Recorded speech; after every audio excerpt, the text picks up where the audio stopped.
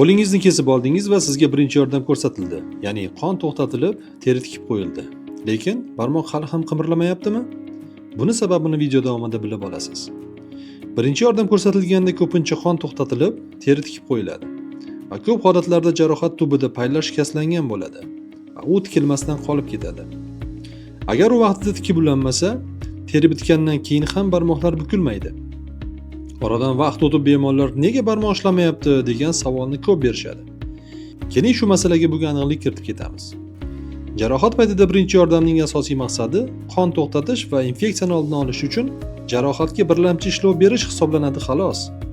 Shuning uchun har qanday qo'l va oyoq jarohatida birinchi yordam ko'rsatilgandan keyin albatta qo'l va oyoq mikroxirurgiyaga murojaat qiling va jiddiy asoratlardan o'zingizni saqlang. Men doktor Ulug'bek, ko'p yillik tajribaga ega qo'l va oyoq mikroxirurgiman. Agar sizda yoki yaqinlaringizda shunday muammo bo'lsa, quyidagi raqamlarga qo'ng'iroq qiling.